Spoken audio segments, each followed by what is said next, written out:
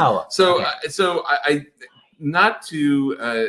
not quite sure where we left off, but just because we got a lot going on in the show today, let me just start off with saying that yesterday's total, the first day, $11,500, which is amazing, raised. Everything from people donating $5 to $500. Yesterday, Seth doesn't know this yet. No, how much are we? $12,700 just from yesterday alone.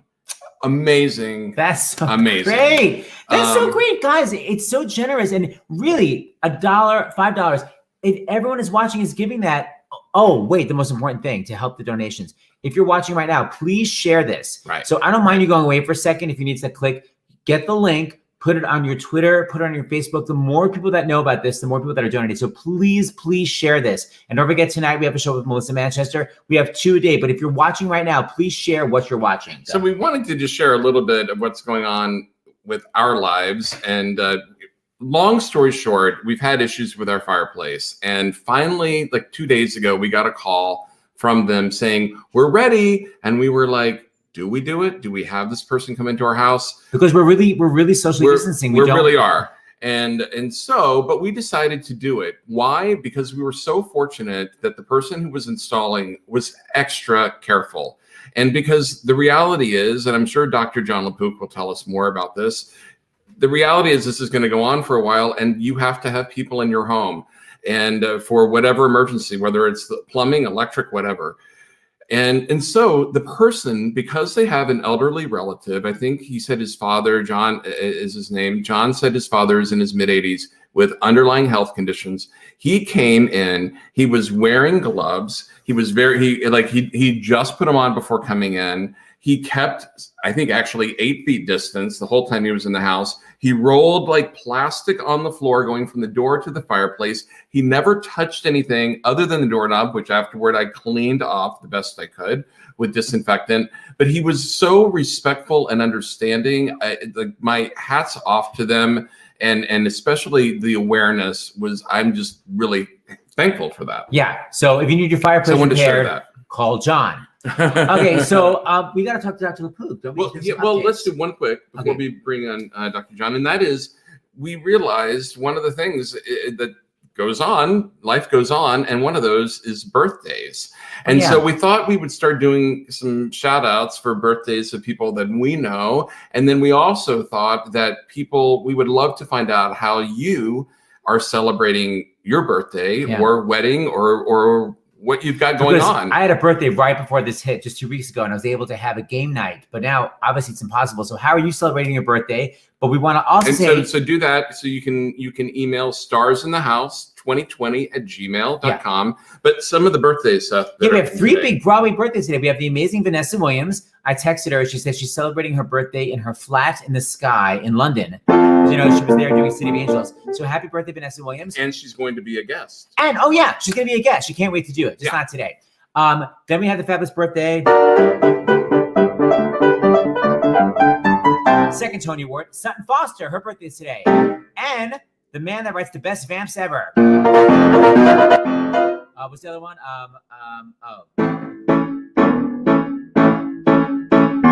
John Cantor's birthday is today. We have 3 amazing birthdays, but we want to know how you're celebrating your birthday. Email us starsinthehouse2020@gmail. Okay, so we want to bring on our medical correspondent. Yet again, this is the Broadway show, but of course we've got a medical correspondent every single show from CBS, the chief medical correspondent from CBS, Dr. John LaPook. How are you, Dr. John LaPook? Hi, guys. And I like to say you guys are the spoonful of sugar that helps the medicine go down. And I do like the marriage here because I think we do need to get information out to people at the same time as do what you're doing, which is so crucially important. We're asking people to physically be separated from each other, but we all need as human beings to be together emotionally. So we know that when you're isolated, it's not good for your health. So I applaud what you're doing. And I do want to give you the latest bulletin. I just watched the presidential, there was a news conference from the White House and President Trump and the coronavirus task force, and especially Dr. Birx, B-I-R-X, who is a virologist and very well respected. She made a very specific point. I want to make sure everybody is listening to this. She appealed to millennials there is some data coming out of Europe right now. I know everybody's saying that, the young are relatively protected, but there is some data coming out of Europe that people who are millennials that age can get sick themselves. I mean, children seem to be still relatively protected, but the millennials especially, number one, they can get seriously ill. And number two, they're still kind of out there in large groups, congregating, hanging together, thinking, hearing in the news, well, they're relatively protected. No, this is a time, I get the instinct, people, there's a yin and yang here between how can I keep myself safe and how do I keep everybody, the community safe. And guess what? They're the same thing, because by keeping yourself safe, you're going to keep others safe. So specifically the millennials, if you even have just slight symptoms or a cough, or even had no symptoms, you can bring it back and infect everybody who is in your immediate contact, your mom, your grandmother. They may be vulnerable. So they made a very specific point of asking people to be careful. The other thing that was kind of hopeful is they talked about a big partnership, private-public partnership that's helping to get testing out.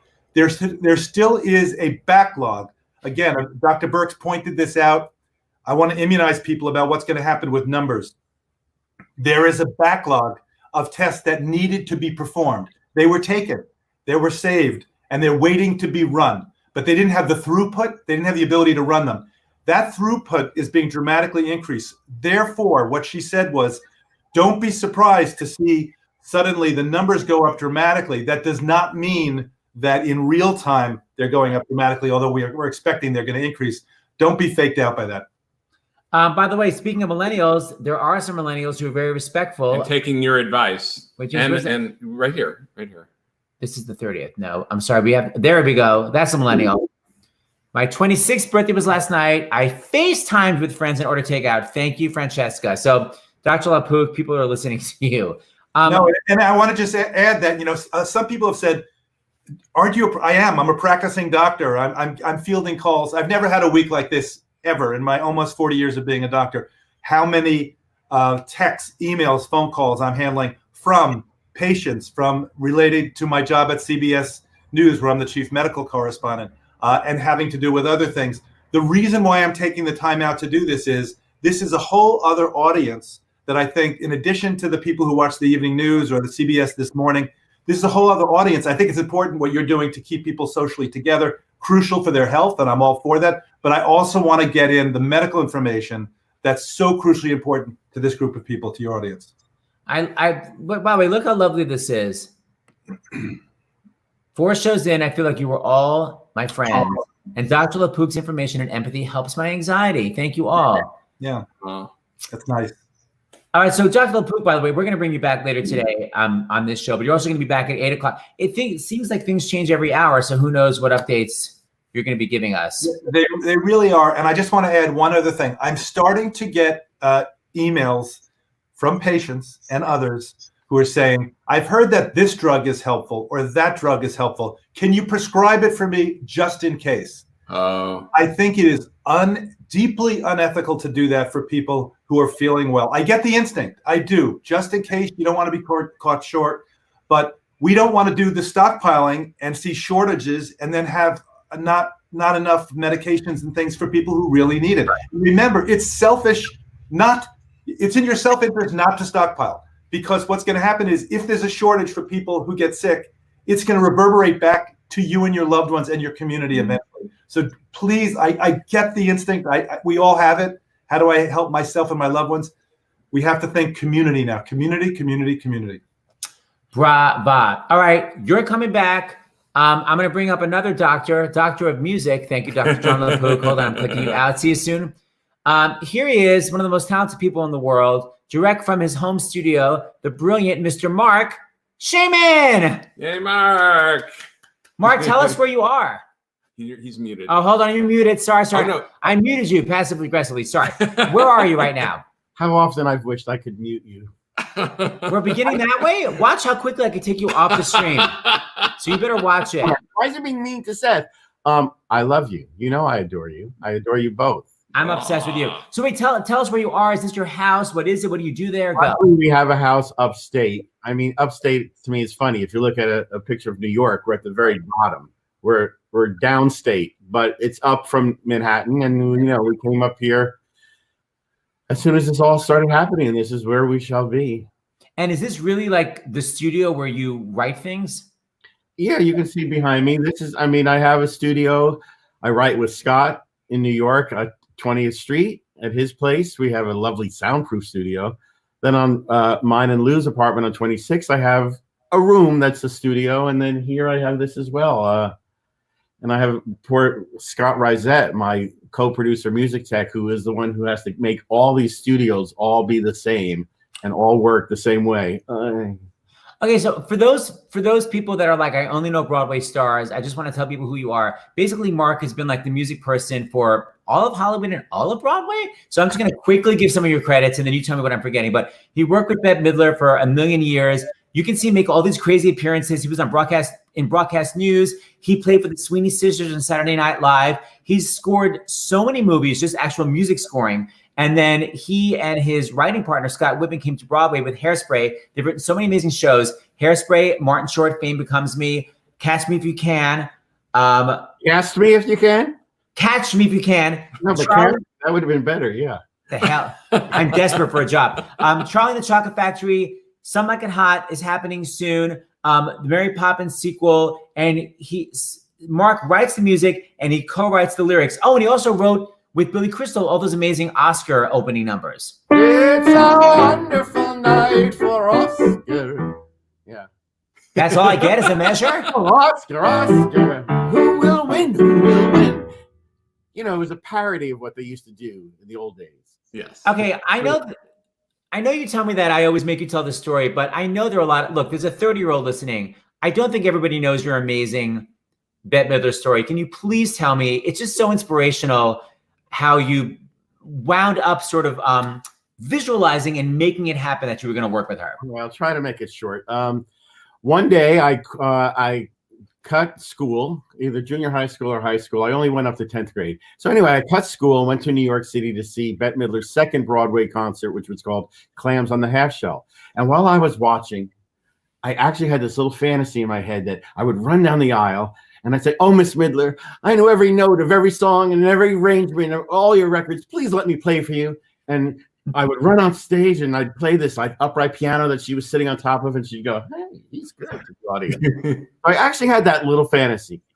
So as luck would have it, when I was still not even 18 years old. I met some people in New York when I was like 17, I guess.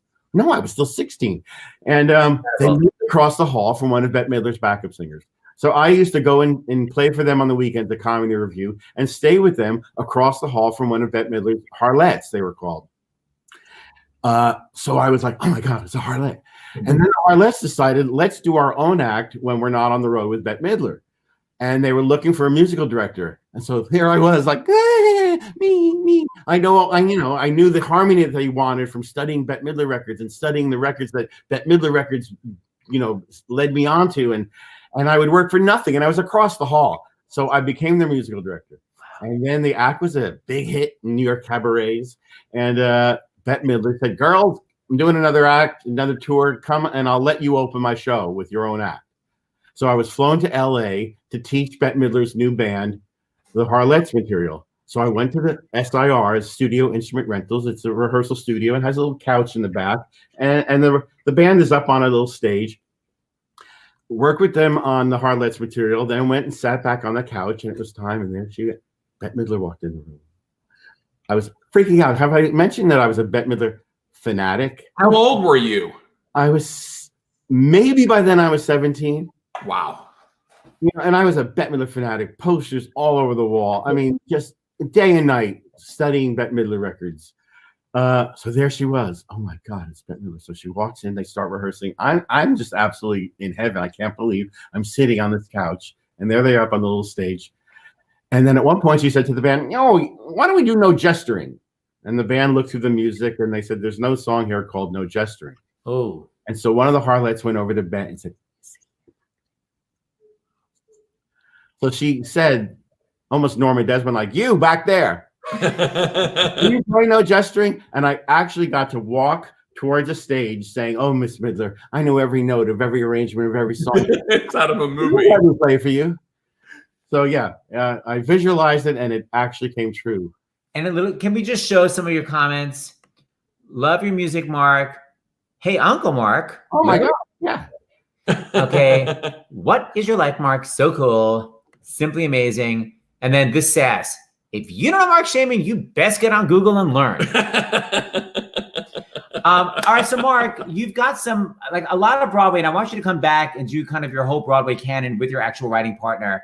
But I'd love some movie magic. What can you give us? Well, when you said maybe do 3 songs, I realized, well, I've been Oscar nominated for 3 songs in my life. I've been Oscar nominated 7 times, and 3 of those nominations were for songs. Lost them all. You got Oscar nominated. Appreciate it, man. Okay, thank you. So wait, someone actually literally sort of has a request, James. Look at this. The soundtrack for my favorite movie, When Harry Met Sally, shaped my life. I love your music, and I love everything about all of this. Thank you all. Thank you, Heather. That was sort of my big break. I mean, I've been working in show business a lot, but then Billy Crystal and Bette Midler's movie careers took off, and Billy introduced me to Rob Reiner, who said, want to do the music for When Harry Met Sally, because he needed someone who knew every great song from the American Songbook. And then Bette suddenly was doing Beaches, and they needed someone to help choose what songs she would sing. So for When Harry Met Sally, I put together with Rob, Harry Connick Jr., the arrangement of It Had to Be You. And then with Bette on Beaches, I'm the one who brought her Wind Beneath My Wings. I love it. In 1 year, because everything blew up. I mean, both those records were huge successes, and the biggest successes for those artists. I mean, yeah, I really earned my stripes then. I think that was Bette's first #1. And you're so young. And by the way, also, weren't you like not staying in a hotel? What's that story? Oh yeah. When Bette said, you back there, and I went and played, well, she was like, well, why don't you stay for the whole rehearsals for the tour? I don't know why I'm talking that way. She doesn't really talk that way. And so I was like, okay, but she's thrifty. And so instead of putting me in a hotel, I just stayed in the guest room. And she was renting a house that was rather small. So it was like me and Bette Midler, like down the hall from each other, eating breakfast across from each other, you know, her in a nightgown with no bra, and me also the same. Yeah, it was culture shock. Yeah. This is unbelievable. And you're like in your early 20s. It's just incredible. Okay, so talk about this song. I'm just so curious because I'm so not a composer. This song you're about to do, like, how did you come up with it? Like, what's your thought process? How do you just noodle at the piano? What? Well, yeah, this song, I think I'm going to do little truncated versions of them. This was from, A Sleepless in Seattle. Yes. So Nora Ephron was the director, and most of the music of the movie were old songs, just kind of like When Harry Met Sally, only I really got to score it with my own original music in between the songs. But there was one spot where we all decided, let's make this an original song. So I had this little lick for the first time Tom Hanks sees Meg Ryan in the airport.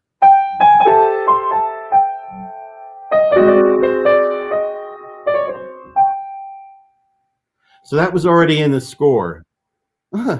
And so we thought, well, let's make a song out of that. So I had just finished Harry Connick Jr.'s second record, and he had this fantastic lyricist named Ramsey McLean. So I asked Ramsey, you want to write lyrics to the song for this movie? At that point, I guess I was still kind of like too green as a lyricist. Why did I not do it myself? I don't know. Yeah. But Ramsey is fabulous and quite a character. So he wrote the lyrics to the song, and then our friend Harry Connick Jr. sang it for the soundtrack. And lo and behold, I mean, there's lots of other behind the scenes stories that I can't get into because I can't. But let's just say when the song got nominated, it was, I don't want to say I gloated, but there were some people who I was just happy that we had achieved this moment because, you know, you got to read between the lines. So there we were. And that first nomination, it was really kind of wonderful because Bruce Springsteen was nominated for Streets of Philadelphia. There was no doubt that Bruce Springsteen was going to win that Oscar. So the first experience I got to go knowing full well that year was Bruce Springsteen, Dolly Parton, Janet Jackson. They were all superstars nominated. So I knew there was no way we were going to do it. I knew Bruce Springsteen was going to win. And so it was a really kind of relaxing sort of experience. And got to play it on stage for Keith Carradine did it at the Oscars. Is this what you're about to do? Because I love a wink and a smile. Yes, that's what I'm about to do. Brava. All right, I'm going to take myself off the stream with James. Remove from stream. Oh, no, here. Oh, there we go. Okay.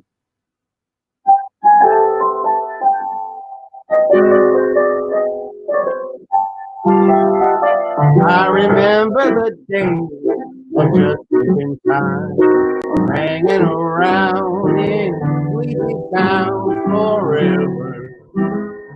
Back roads empty for miles.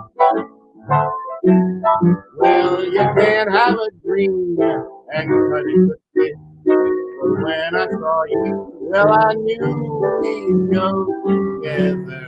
We're not sure if the quality is good. What? We're not. The quality got weird as soon as I went off screen. Oh dear. And it wasn't just your singing. Hold on. Let me see. Yeah, tinny sound again. We don't want that. It was so good up until that moment. Right. Something about music online that doesn't always travel. Okay, hold on. So what if you play right now? Let me just hear what it sounds like.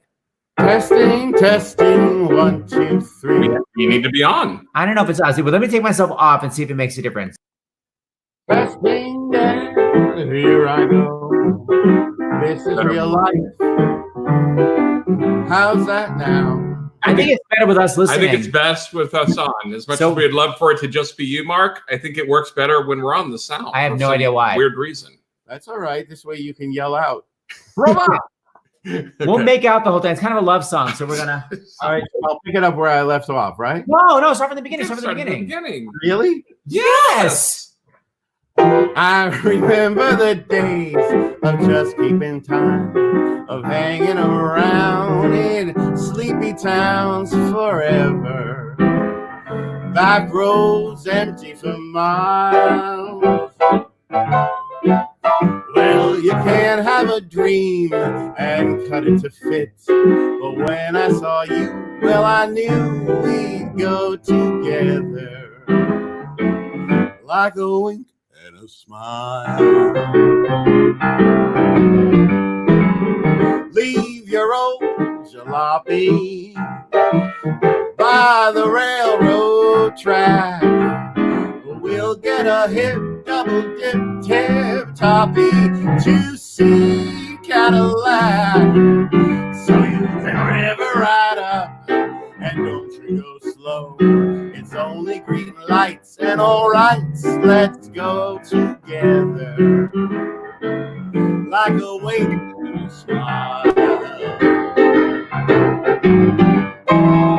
Now my heart hears music, such a simple song. Sing it again, the notes never end. This is where I belong. Just the sound of your voice, the light in your eyes. We're so far away from yesterday together. With a wink and a smile. We go together like a wink and a smile. Theme.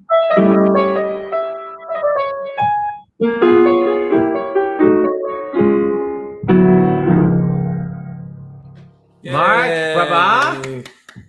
Look at this. I can't tell you how many times in my life I've heard a song I've loved and I've looked back on it and said, oh, Marc Shaiman wrote it. Well, that makes sense. Broadway Dork 23. Thank you. You still got it. Okay, I'm getting requests. Now, how was the sound? Did that get any better? Did it much better, yeah. Everyone was commenting. And James has some fun stuff. I have a few Actors Fund updates. Batch 1. Edward from Ohio, $25. Heather from Maryland, Gavin, $100. Eileen from California, $100. Go ahead, Mark. D from New York, $25. Aaron from Portland, Oregon, $25. And Donna from New York, $50. Bye-bye. Let's talk about John Kander vamps more. Let's go back and forth. Can you imagine? And they're all simple. I mean that in no bad way. It's just I know. It could be more. It's just the chord. I mean, but what's more? Oh my God, I'm getting chills. I mean, what could be more brilliant? But there's also the amazing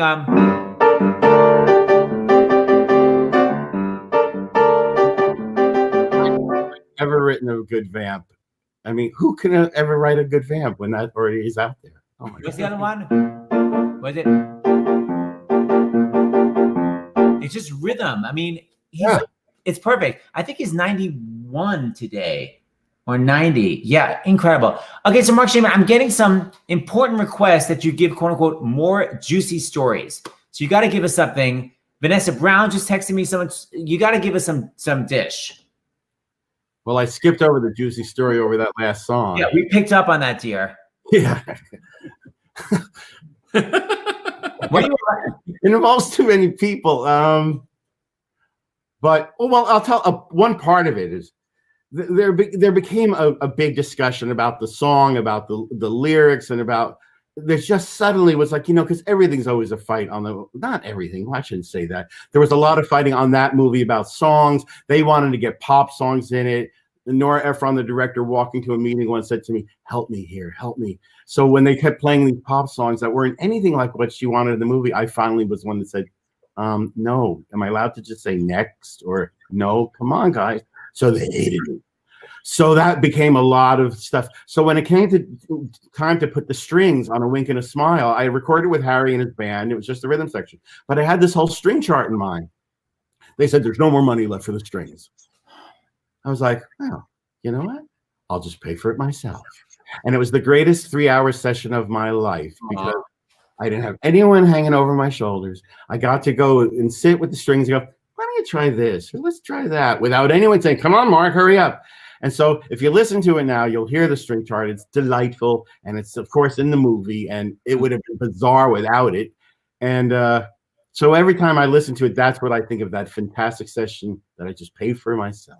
Wow. Wait, Marc Shaiman. I was the kind of people who, when the song got nominated for an Oscar, I was like, That's right, bitches. I have an amazing parallel story that I don't know if you know. The late great Marvin Hamlish, who I was obsessed with, he wrote the score to The Way We Were. Yeah, I'm familiar with all that. Okay, whatever. You may not know. He also wrote a chorus line. No. Anyway, so he said he was watching The Way We Were, and there's a moment near the end where Barbara says goodbye to Robert Redford. And he was thinking, oh, maybe I should add the vamp again for The Way We Were. And then he's like, oh my God, that vamp has played so much in the movie, forget it. And someone was saying to him, no, you want the audience to cry. We need to hear it again. And Marvin's like, we've heard it 4 times. And his friend said, no, you may have heard it 4 times, but you're the composer. The audience doesn't realize they've heard it that many times. You need to have it one more time. So he went to the studio and they said, like you did, we don't have any more money. And he literally hired the orchestra himself, just like you. What did And he said he went to go see a screening, and finally at that moment, the audience cried. So it's the same story as you. I love it. One-handed. Yeah. Oh, well. Hey, Mark, I want to share this with you from someone here. Sleepless in Seattle is the most brilliant soundtrack ever, and it's been my go-to feel-better music since it came out. That's sweet. You know, I have so many stories. It would literally, we could be on for hours. That made me think of another Sleepless in Seattle story. We're not going anywhere. Well, you know you're going to come back. So there's a scene at the end when they finally see each other on top of the Empire State Building, and they've been referencing this movie the whole time. Love Affair. Our love affair is and I even wrote Meg Ryan's theme to do like an Irving Berlin thing where I use the chords and the holes of that melody for her theme, so that when she's running to the Empire State Building, we for the first time hear both melodies at the same time. Whoa! When we get to the roof of the Empire State Building, you put in a temp score on a movie when they're editing, and they actually put in the gorgeous romantic music from the actual movie for that moment. And we all agreed that's it. But I tried to re-record it with an orchestra. We transcribed the orchestration. We were in the big, beautiful Sony studios where classic movies have been recorded. But there's something about the way that those musicians would play when they played every day that certain style of music. And it must have been something about the way they mic'd it, that they don't mic it that way, that we did a good job. But we all agreed, you know what? Let's just use the actual original recording. But they had to, it had to be the most pristine version. So they went into the vaults and they got the actual recording, and it was on mag tape, it's called. It's this large, like big, fat tape. It doesn't exist anymore. Now it's all digital. But so there it was in the vault, and they put it up gently to record it, to get it on new, fresh tape. And the second the last note played, it disintegrated. I'm talking to you now. I'm gonna cry, but yeah, what a moment. So yeah, you watch the movie now and you hear that gorgeous moment. Now you have a little backstory there. So it's the original music that's playing in Sleepless in Seattle, and it was literally the last time it was ever played. Yeah. That's a crazy story. Yeah. Do we want to do by the way, we assume, Marc Shaiman, that you maybe have a medical question. I don't know if you do, but anyone that has a medical question, let's add Dr. John LaPook. You can make a comment on the side. Marc Shaiman, do you have a question? I'll say our friend Gretchen had a question. Gretchen asked, I think it's basically like, if half the country is going to be infected, according to what they're saying, why isn't the other half of the country getting infected? Mm-hmm. It's a matter of, we've talked about this, about flattening the curve, right? So eventually, we don't know how many people are going to be infected because nobody has immunity to it. It's not like the flu, where from past flu seasons we had immunity. So why are we paying all this attention? If everybody, or if a lot of people are going to get infected, why do we even care when they get infected? And the reason is, if we can blunt that curve, that big spike in cases now that could overload the medical system, if we just blunt it, flatten it out, then even though it might last a little longer, we won't get overwhelmed. And that's why we're telling everybody, we can't repeat it enough, to do the social distancing, to wash your hands at least 20 seconds. I know we were going to do a song, right, for a 20-second hand washing song. Marc Shaiman has written a song for 20-second hand washing. This is perfect. And coming out soon. Crook of your arm. But you're mentioning Nora Ephron, and I can't help. I miss her voice right now so much, because wouldn't she be a great voice with the right perspective? She wouldn't. She used to give her friends such specific advice, and I don't mean like how should you philosophically live your life, but like, what color socks should I wear today? And she would have been very, she's a voice I miss right now. I mean, I know we all do. Hey, John, we have a question here for you. For Dr. John, is it really safe to order takeout? I want to support local businesses, but I'm afraid. I'm sure many people have that sort of question. I know. This is, again, one of these, what you are obliquely referring to is the fact that in the last last week or so, there's some data that the virus can survive for a period of time on cardboard, that's paper, longer on harder surfaces like steel, plastic. And so the question is, what if there's some virus there? So you have to think like a microbiologist, like an epidemiologist. So you have to eat, right? Unless people have these huge warehouses. So just logic. Wash your hands for 20 seconds. So make sure your hands are clean. I would do the unpacking and the opening. Throw the stuff out that it came in. Assume that it has virus on it. Okay. Wash your hands again, assuming that your hands just became contaminated. Okay. For 20 seconds. And then, I think that we can only do what we can do. I think that's the logical thing to do. There's a risk, but it's not an enormous risk. This is probably really kind of related too. So I'll show this to you here. Dr. John, should we be washing fresh vegetables with soap and water? How about the packaged fresh pre-washed? What would you say to that? Yeah, I'm wondering that too. Yeah, soap and water for the vegetables. I think it's pretty hard to do that, right? I don't think anybody is going to be able to tell you, here's the experiment that was done to give you the answer to that. Again, Seichel, just use your common sense. I would wash everything 20, maybe if it's 20 seconds with soap and water, this is based on nothing, do it longer. And there's a concept called a mixing chamber. So if you take something and put it in a pot and put water in it, and and dump it out, or just keep having the water come in, it's not as good as if you wash it, throw out all the water, wash it again, throw out all the water, wash it again, throw out all the water, because each time you're diluting it by how much water is in there. That's good. What's called a mixing chamber. I'm making this up from what I know from when I was doing lab work, but it's like it's a logical thing for me. Again, one of the things that's affecting people so much, and I get it, is nobody likes uncertainty. That's why the market's crashing. That's why people are anxious, and I get that. So I think we look to the science now. I'll give you something to be optimistic about. I have never seen such an effort, a Herculean effort, by the world scientists to come together very quickly on a project. So we saw the sequence being published by the Chinese. The next day, there was already a formula for a vaccine. That's out being tested now, won't be ready for a year and a half. I've heard today there's a lot of testing going on in terms of medications. The FDA, they're going to make an announcement either later today or tomorrow to give us an update about that. The White House conference today told us about that. And I know people like to bash corporations. The corporations are stepping up right now. They really are. The corporations that make the masks and the drugs, people are coming together. And President Trump said, somebody was asked at the conference today, do you consider this like the equivalent of wartime? And he basically said, yes, we're in a kind of a wartime stance. And I think if everybody gets into that stance, like at World War II, there's a beginning, a middle, and there will be an end. We are going to get through this. We have to have the mantra of grace under pressure. There will be sacrifice. It's going to be a bumpy road, but we will get through this.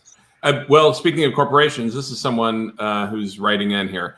Hey guys, want you to know Alaska Airlines is cleaning every one of the planes at least twice a day. I'm one of those cleaners, and I feel makes me teary, and I feel proud to be helping the curve. Thank you, Dr. Coop. Yeah. How about William? All right, so I'm going to bring you back later because I want Mark to sing a certain song for you. I want to say one more thing, which is I know I said it and I almost had ugly crying the other day. I'll give it another try. It just blows me away that about the artists. Artists are always there for us. Arts and the artists. If we're we need the science, but if we're going to be saved, I said, it's always been the artists that are there. People talk, well, why do we need the arts? It's kind of superfluous. We desperately need the arts, and right now, what you guys are doing is so important for people's physical health. We know that social isolation increases dementia, uncertainty, and being apart from each other makes you less well. It makes you unable to sleep. And if you sleep, that's when our immune systems are repaired. It's not just an emotional thing, it's a physical thing. And I want you to not forget, this is the CBS News chief medical correspondent interviewer here. James, don't forget to tell people throughout the country that it's not just here that they should be doing it. They should do their own things, and explain what the Actors Fund, that it's not just for actors. Yes, please. Yes, thank you. Okay, we're going to do that. John, don't go anywhere because I have a song for you later. James, just explain about Actors Fund. I want to just tweet this show. People know about it. Sure. The Actors Fund, like John was saying, is not just in New York, not just in Los Angeles. They help people all over the country. And, it's not just in New York. Well, that's doing it right now. And it isn't just actors. It's people that are behind the scenes. It can be the stage crew. It can be the people at the box office, the ushers. And it isn't just Broadway. It isn't just regional theaters. We're talking about theaters across the country that this is what they do for a living, and it's being affected. They're being affected. And right now, every day, the Actors Fund is helping people across the country, help them if they're not able to afford medicine, food. We're talking about the basics, utilities, rent, all of that. Okay, so but we were saying like we need also, a song, Seth, because it's emotional. I need Mark to bring us another song here. Mark, give us something that's going to cheer us the hell up. What do you got? Well, are we still sticking with the Oscar trio? Why not? Well, next up would be Blame Canada from South Park, Big Longer and Uncut. Yes, that would cheer people up. Who did that on the Robin Williams did that on the and you wrote that with Trey and Matt?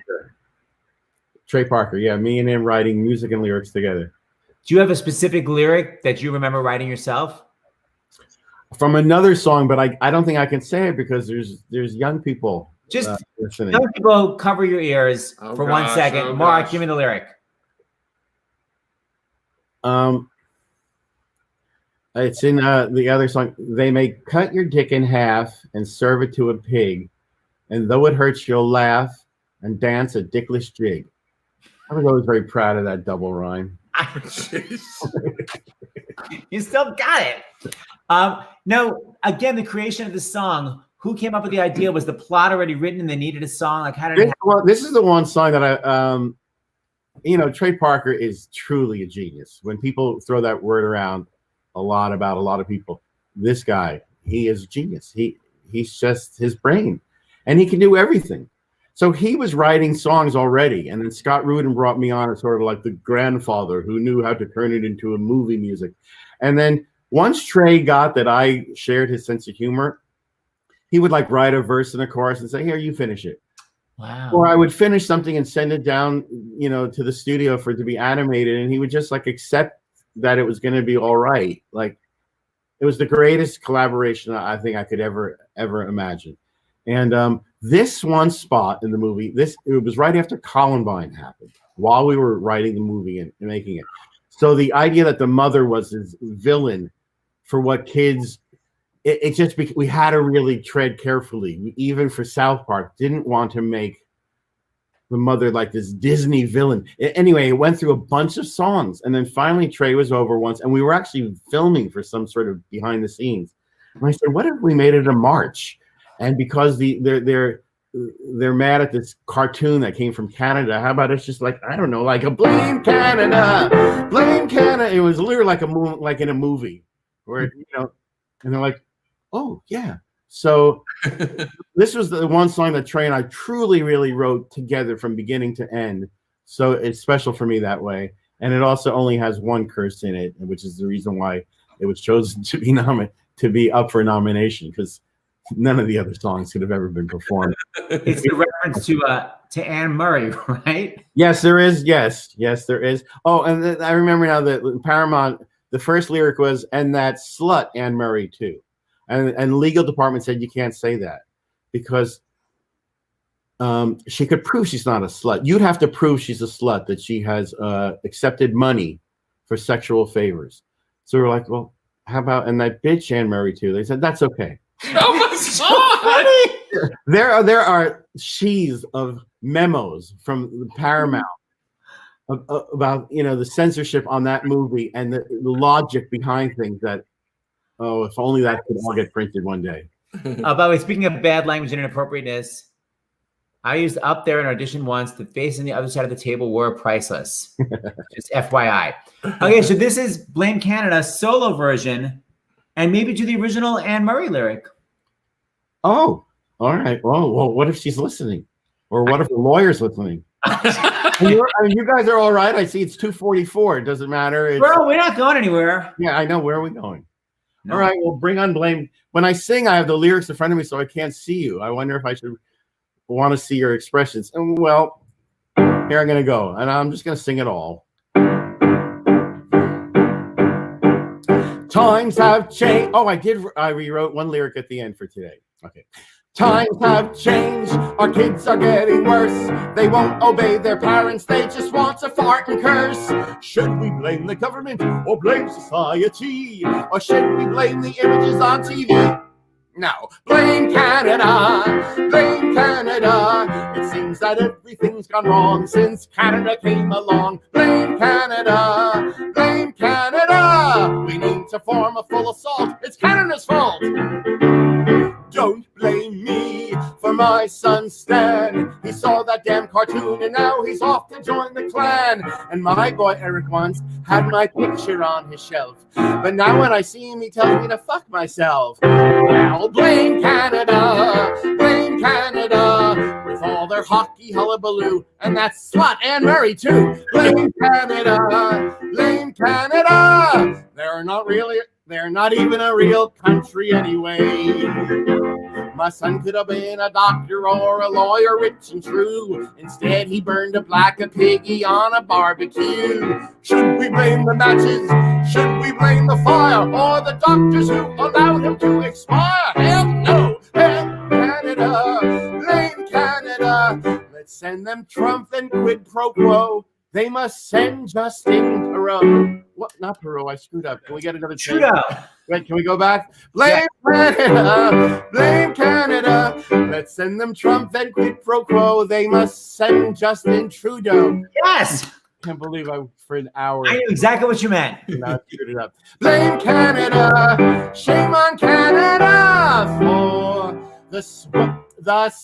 We must stop the trash. We must bash the laughter and fun. Must all be undone. We must blame them and cause a fuss before somebody thinks of blaming us. Yes. Yay! Can't believe I screwed up that. So needed this. Thank you.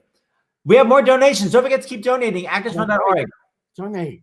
Okay, so we have batch number 2. Melissa from Maryland, $25. Thank you. Stephanie from Florida, $25.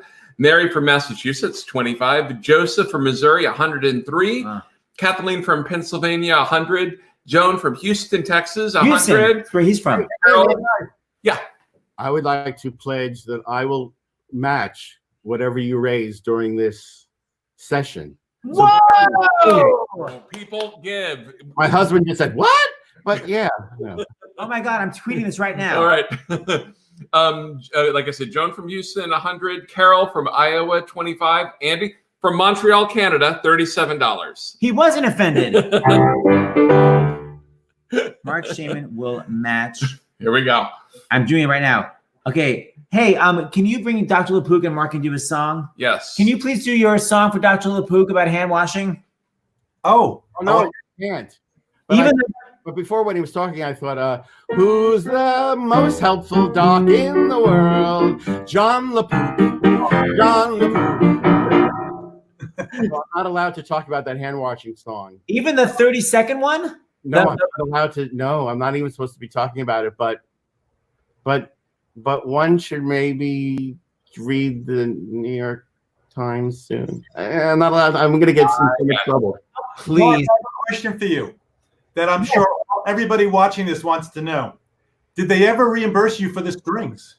No, it's show business. Yeah, that movie never made any money.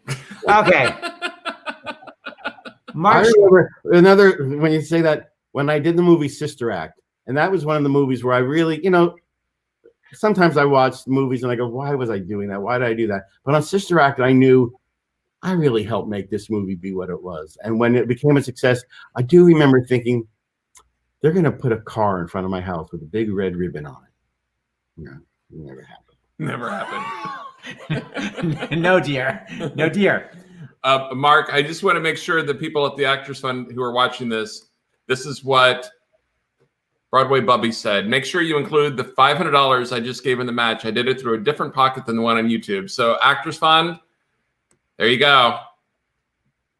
All right, Seth? Okay, sorry, I'm just tweeting about this. Marc Shaiman, the latest movie you just did was a Mary Poppins remake. It's not a remake, it's a sequel. Okay, thank you. So please. Mary Poppins Returns, the sequel. Thank you.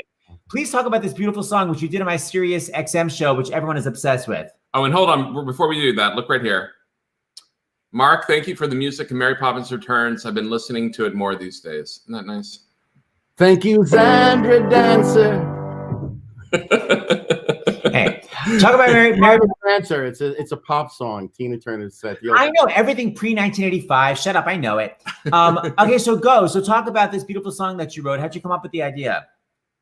Okay, well, so it's Mary Poppins Returns. And it's the moment in the movie where the kids finally say out loud they miss their mother who had died a year ago. Because Michael Banks, their father, has just not been dealing with it. And so these kids have had really no help in dealing with their mother's death. And so when the smallest son says, I miss mother, and a silence comes over the room, and Mary Poppins knows that she has to sing something that is comforting. That it's about loss, but in a way that can comfort a child and make them understand it. And then, so when we were trying to figure out how to write this song, Scott Whitman, who's brilliant, he remembered that in another one of the Mary Poppins books, there are 8 books, all different stories. In one book, she takes the kids to meet her uncle, who happens to be the man in the moon. So they go to the moon, and at one point he gives something to one of the kids and says, "Oh, I've been storing this on the dark side of the moon." And this is long before Pink Floyd. I realize I keep looking over there at James, but I should be looking up there in the camera, right? Yeah, So Scott had this great remembrance of this other thing about this place on the other side of the moon, where basically the phrase that we came up with, the place where lost things go. And then we went back to the song. We suddenly had an idea of how to put it in a way that kids would understand. And then we wrote the song. wow. Well, just in advance. So just be prepared. My friend Jackie Judd. Okay, this is your Oscar-nominated song. Hold on. One more here that we sing. Oh, let me also say before I sing, all I did as a kid was listen to Mary Poppins. And then I became a teenager, and all I listened to was Bette Midler. If you thought of two things that I was the most, in Seth speak, obsessed about, truly obsessed, Mary Poppins soundtrack, listening to it 24 hours a day, and then Bette Midler took over from Mary Poppins. And so can you imagine, not Oprah Winfrey has not had a full circle moment such as I had last year when Bette Midler sang our song for Mary Poppins Returns at the Oscars. I mean, I didn't even remember that when it was happening. It was all the kind of afterwards I realized, do you realize this what happened? Like, you talk about visualizing there in my little room as a little kid or teenager, listening to those records. And then that came true. I mean, can you believe it? Wow. I can't believe it, but it's beautiful also. Oh. I wonder if I can read lyrics without my glasses on. So here I go. All right, it's gonna be. Got to go to page 1. Okay. I have friends here who helped me.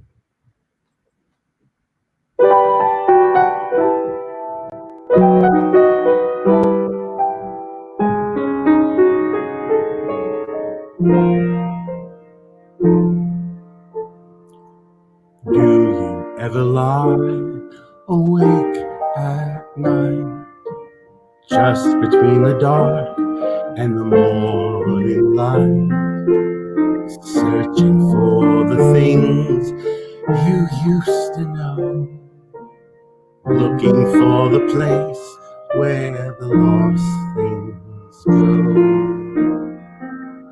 Do you ever dream or reminisce, wondering where to find what you truly miss?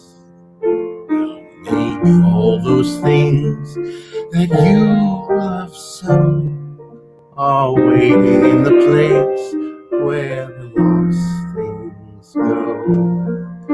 Memories you've shared, gone for good you fear, they're all around you still, though they disappear. Nothing's really left or lost without a trace. Nothing's gone forever, only out of place. So maybe now the dish and my best spoon are playing hide and seek just behind the moon, waiting there until it's time to show. Spring is like that now, far beneath the snow, hiding in the place where the lost things go. Time to close your eyes so sleep can come around.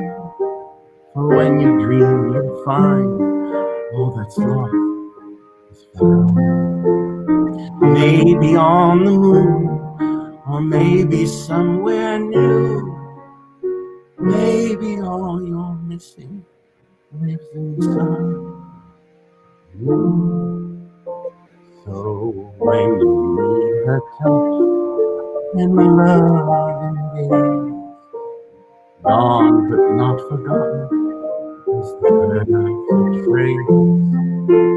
Smiling from a star that she makes glow.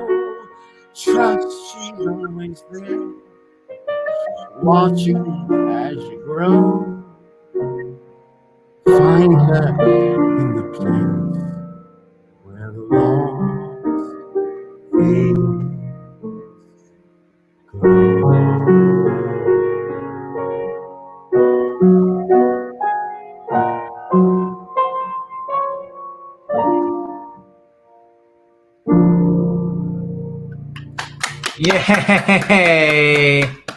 We got to bring up a comment. Oh my gosh. Cannot hear this without weeping. Just donated in honor of Mark, as well as the two of you whose generosity and yours are heartwarming. And I feel so blessed to be watching every episode of this show. Look at that. I hope Scott's watching, who wrote that with you. I think he is. He's technologically challenged. Unfortunately, he's watching on a Betamax. It's all good. And hopefully we'll come back, the two of us. You have to both come back. And Harvey wants to do it too. And I do want to thank you two. You two just endlessly keep doing such wonderful things.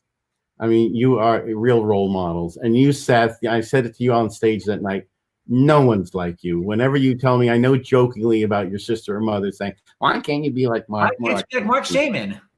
Why can't I be more like Seth Rudetsky? What you do, no one else does. You are completely unique.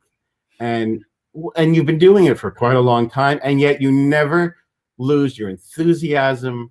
I just adore you. Oh, thank you, Mark. That's so sweet. Okay, I guess we got to wrap up. I think we're wrapping up here. I got to rehearse with Melissa Manchester in 5 minutes. That's right. So speaking of, so it's not too late because the show's not over yet, and Mark said that he would match. So Seth just tweeted out. Yeah, keep donating to actorsfund.org. Screw him. So like Seth said, tonight is Melissa Manchester and Dr. John LaPook. How do we add Dr. John here? So you just click add to stream. I have to make a comment here very quickly.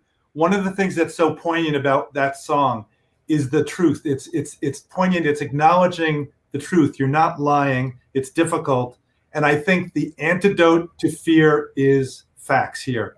And even if those facts may be worrisome, the fact that people are leveling with you is in and of itself reassuring. That's why we have to look to the scientists. We'll talk maybe at a later show about how do you talk to kids. Remember this, that on an airplane when there's a bumpy ride, where does everybody look to? The flight attendants. You're looking at their faces. Are they worried? So it's complicated. There's no quick, easy answer with a flood of information that our kids are hearing. Let's talk about that at another show. Yeah, we'll do it tonight. Let's talk about it tonight. Show. There'll be more updates, I'm sure. Okay, so at 8 o'clock tonight, Melissa Manchester. Mark, thank you.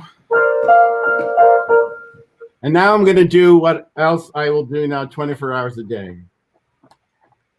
And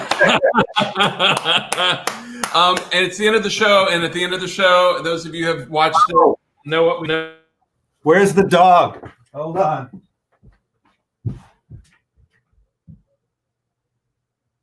Where's Ash? Ash?